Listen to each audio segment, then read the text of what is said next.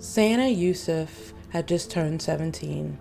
She was celebrating her birthday, surrounded by family and sharing her joy with over 1.9 million followers on TikTok.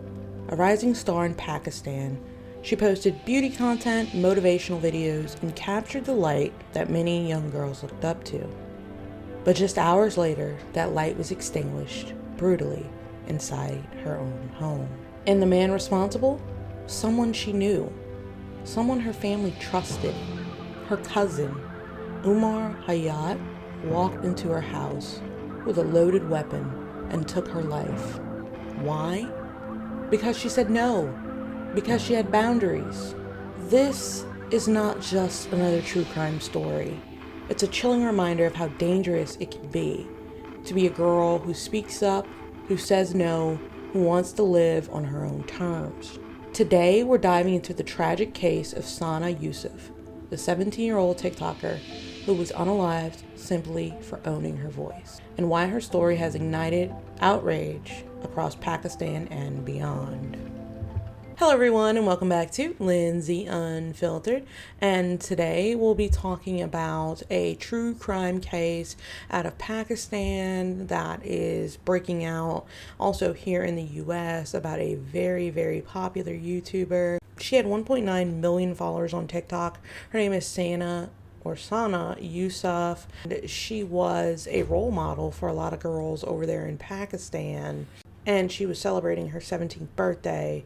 And that was cut short at the hands of her own cousin. So we're going to look into that, see why it happened, and the broader implication this event has on women's rights, especially those in Pakistan. Sana Yousef was a 17-year-old influencer TikToker from Islamabad, Pakistan.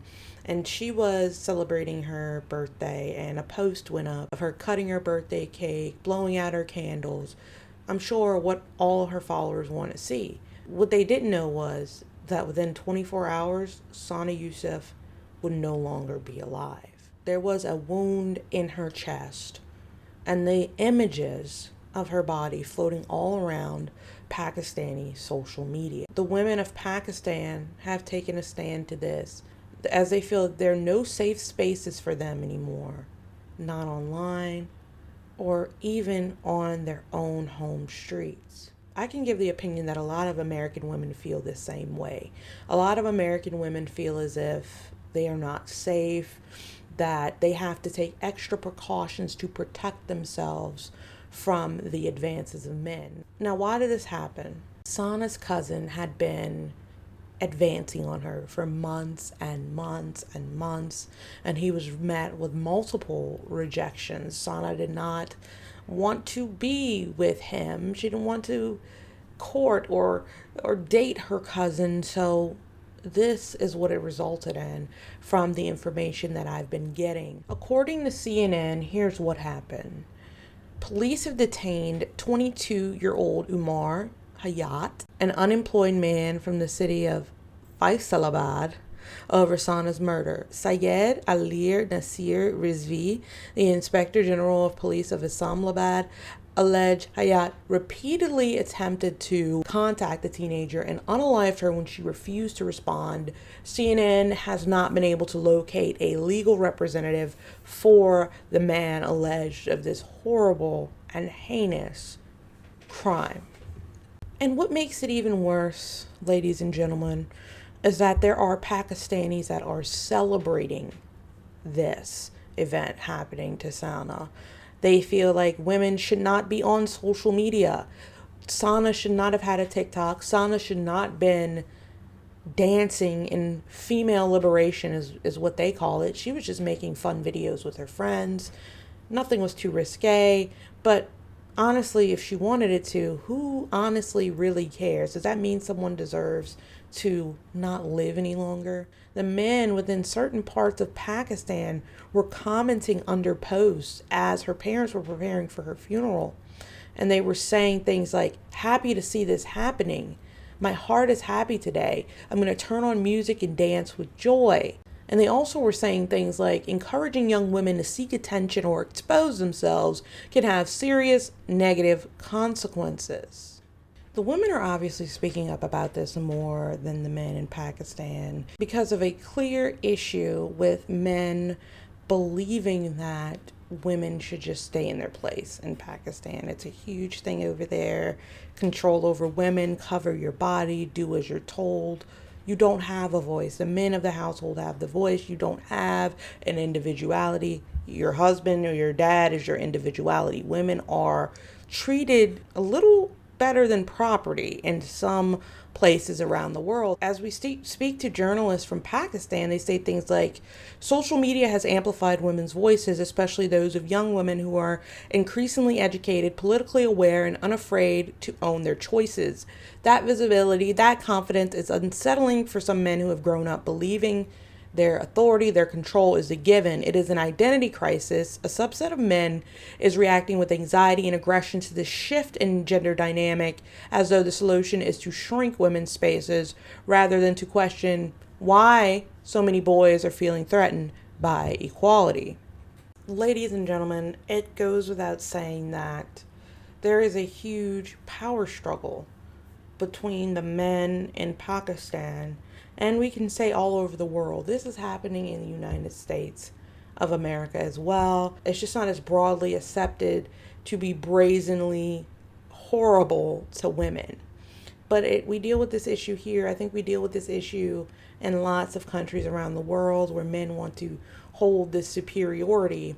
Whenever you see a woman deny a man for a date or whatever you want to say, the man's ego is going to be hurt. His ego is going to be hurt, and then he might hurl an insult at her, or in some cases, take her life. So my question to you is, when do women reclaim their voice? Okay? When can women reclaim their voice and do it safely? How do we get to that point? Because no one is owned, okay? No one is owned. Everyone has individuality. And a lot of people want to focus on being a mom and a wife. That is fine. That's perfect. Family is wonderful. Family is everything. But we have to remember that that woman is also a person too. She has hobbies. She has interests. She has desires. She has thoughts. She has feelings. And Sana Yousef let these Pakistani young girls and women see that, wow, she can actually like things. She can actually have a life outside of what a man tells her to do. And that is very liberating for some people, even in these United States of America. So I think it raises awareness and it lets us know that women are second-class citizens. And we've known this for a long time. Women had to gain the right to vote in these United States of America. Some places they can't vote. Some places they can't speak. Some places they can't show their face. So how do we slowly but safely move to an area where women can say something and it be taken for face value?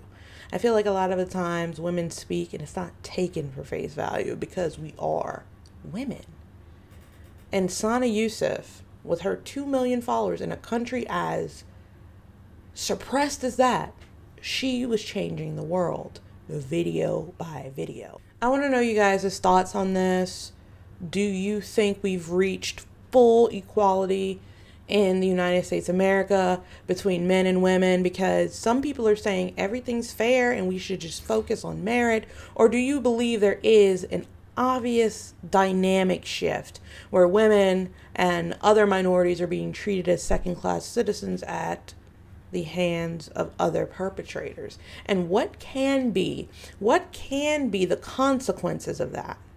I want you guys to think on that, simmer on it, hit the like button, tell me what true crime cases you want to see next.